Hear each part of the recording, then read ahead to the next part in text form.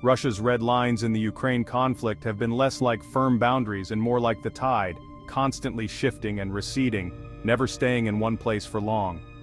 Moscow has employed a cynical strategy of vaguely defined threats, always keeping the world on edge. These warnings about escalation served as a convenient tool, a way to manipulate the narrative. They aim to delay and limit Western military aid to Ukraine, creating a buffer for their own actions. This tactic preys on Western anxieties, exploiting the fear of unintended consequences. It exploits the fear of a wider conflict, one that could spiral out of control. Russia uses this fear to its advantage, playing a high-stakes game of psychological warfare. It keeps the West guessing about its next move, always uncertain, always on edge. The Kremlin's warnings have evolved throughout the war, adapting to the changing circumstances. They started with general pronouncements against aiding Ukraine, broad and sweeping. They later escalated to specific weapon systems, targeting particular types of aid. Each time the West has paused, deliberated, and often delayed, caught in a web of indecision. This video will explore how Russia's shifting red lines have influenced the course of the war, altering its trajectory. It will examine how these delays have impacted Ukraine's defense, often leaving them vulnerable. It will analyze the cynical calculus behind this strategy, revealing the cold logic at play. It will discuss the long-term implications for international relations and what this means for global stability. The High Mobility Artillery Rocket System, or HIMARS, became a game-changer in the Ukraine war, altering the dynamics on the battlefield significantly. Its precision and range allowed Ukraine to strike critical Russian targets with unprecedented accuracy, disrupting their operations. However, the delivery of these advanced systems was met with stern warnings from Russia, who viewed it as a direct threat. Moscow declared that supplying HIMARS would cross a red line. They threatened unspecified consequences, hinting at severe repercussions. This rhetoric aimed to deter the West from providing further military aid, creating a tense geopolitical standoff. It successfully delayed the deployment of these crucial weapons, causing logistical challenges and strategic setbacks. The delay allowed Russia to adapt its tactics, giving them time to reassess their strategies. They moved ammunition depots and command centers out of range, effectively minimizing the threat posed by HIMARS. This minimized the initial impact of HIMARS, reducing the damage to their critical infrastructure. It also gave Russia time to strengthen its defenses, building fortifications and reinforcing their positions. While HIMARS eventually arrived, the delay gave Russia valuable breathing room to prepare. It allowed them to regroup and adjust their strategy, conducting military exercises to counter the new threat.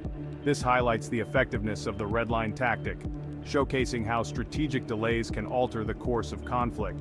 It gained Russia time and reduced the system's initial impact, demonstrating the complex interplay of military strategy and geopolitical maneuvering. The Patriot missile defense system became another point of contention. Ukraine desperately needed it to protect its cities from Russian missile attacks. Again, Russia issued warnings about supplying these systems. Moscow claimed that providing Patriots would be a direct act of aggression. They threatened further escalation if the West crossed this red line. The West yet again proceeded with caution. This caution translated into a delayed deployment. While the Patriot systems eventually arrived, the delay left Ukrainian cities vulnerable. It allowed Russia to continue its missile barrage. The delayed deployment of Patriot systems underscores Russia's success in exploiting Western fears. The fear of escalation allows Russia to dictate the pace of military aid. It keeps Ukraine at a disadvantage. The debate over providing modern tanks, particularly the American M1 Abrams, followed a similar pattern. Russia declared that sending tanks would be a red line. They threatened severe repercussions. These threats, coupled with logistical concerns, delayed the provision of tanks for months. This deprived Ukraine of much-needed offensive capabilities. It prolonged the conflict. The eventual decision to send tanks came after significant debate. The delay, however, had already allowed Russia to fortify its defensive lines. It prepared for the expected Ukrainian counteroffensive. The tank saga demonstrates the cumulative effect of Russia's red line strategy. These delays, even if temporary, have a tangible impact on the battlefield. They give Russia an advantage. Nuclear saber-rattling the ultimate red line. Looming over the entire conflict is the specter of nuclear weapons. Russia has repeatedly hinted at the possibility of using nuclear weapons. This is the ultimate red line. While these threats are likely bluster, they cannot be ignored entirely. They inject a significant element of uncertainty. They paralyze Western decision-making. The nuclear threat serves as a constant backdrop to the conflict. It limits the scope of Western assistance. It prevents the West from taking more decisive action. This implicit nuclear threat is arguably Russia's most potent red line. It exploits the West's deepest fears. It effectively limits the options available to Ukraine's allies. Information warfare and the shifting narrative. Russia's red line strategy is not limited to military threats. They also employ information warfare. They manipulate narratives. They sow confusion and discord. Russian propaganda portrays Western aid as a provocation. It blames the West for escalating the conflict. This narrative aims to undermine Western support for Ukraine. This information warfare campaign is designed to erode public support for Ukraine. It aims to create divisions within Western alliances. It seeks to justify Russia's actions. This manipulation of information complements the red line strategy. It creates a climate of fear and uncertainty. This makes Western governments more hesitant to provide aid. Exploiting Western caution, a calculated gamble. Russia's red lines are a calculated gamble. They exploit Western caution and aversion to risk. They bet that the fear of escalation will outweigh the desire to help Ukraine. This gamble has largely paid off. The West has consistently proceeded cautiously. They have delayed and limited aid to Ukraine. This has given Russia valuable time. This caution is understandable. Nobody wants a wider war. However, it also has a cost. It prolongs the conflict. It increases Ukrainian suffering. Russia's gamble on Western caution exposes a fundamental tension. The desire to avoid escalation clashes with the moral imperative to support a country under attack. The price of delay: Ukraine's battlefield losses.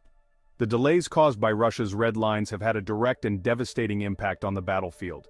Ukraine has suffered significant losses, both in terms of manpower and resources. The war has dragged on longer than it might have, leading to prolonged suffering and destruction. The lack of timely military aid has severely hampered Ukraine's ability to defend itself effectively. This delay has allowed Russia to consolidate its gains and strengthen its hold on captured territories. It has increased the human cost of the war, with countless lives lost and families torn apart. The delays in providing heavy weapons, air defense systems, and ammunition have all taken a significant toll on Ukraine's defense efforts. These delays have made the fight for Ukraine more difficult and costly, both in terms of resources and human lives. The human cost of the red line strategy is undeniable and heart-wrenching. Every delay translates into more lives lost, more cities destroyed, and more suffering endured by the people of Ukraine. A Pyrrhic victory? Russia's long-term costs. While Russia's red line strategy has yielded some short-term gains, it may prove to be a Pyrrhic victory. The long-term costs for Russia could be significant. The war has damaged Russia's international standing. It has strengthened Western resolve. It has united NATO. These are not insignificant consequences. The economic sanctions imposed on Russia will have long-lasting effects. The war has also exposed weaknesses in the Russian military. This will have strategic implications. Russia's short-term tactical gains are offset by substantial long-term costs.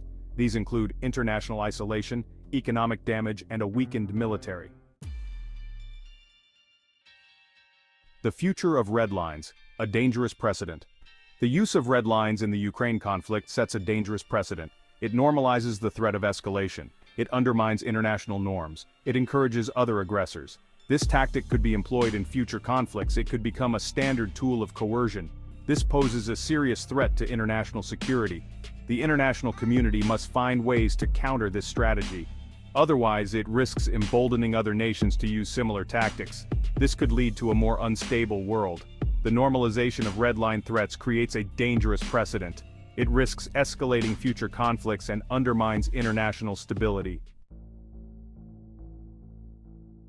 Conclusion: a cynical calculus. Russia's red line strategy is a cynical calculus. It is a gamble that Western caution will outweigh its commitment to Ukraine. It is a tactic that exploits fear and uncertainty. This strategy has had a demonstrable impact on the conflict. It has delayed and limited Western aid. It has prolonged the war. It has increased Ukrainian suffering. While Russia may have achieved some short-term gains, the long-term consequences remain to be seen. The war has already come at a steep price. The future remains uncertain. The red line strategy is a cynical gamble that has exacted a heavy toll on Ukraine. It raises serious questions about the future of international relations and conflict resolution.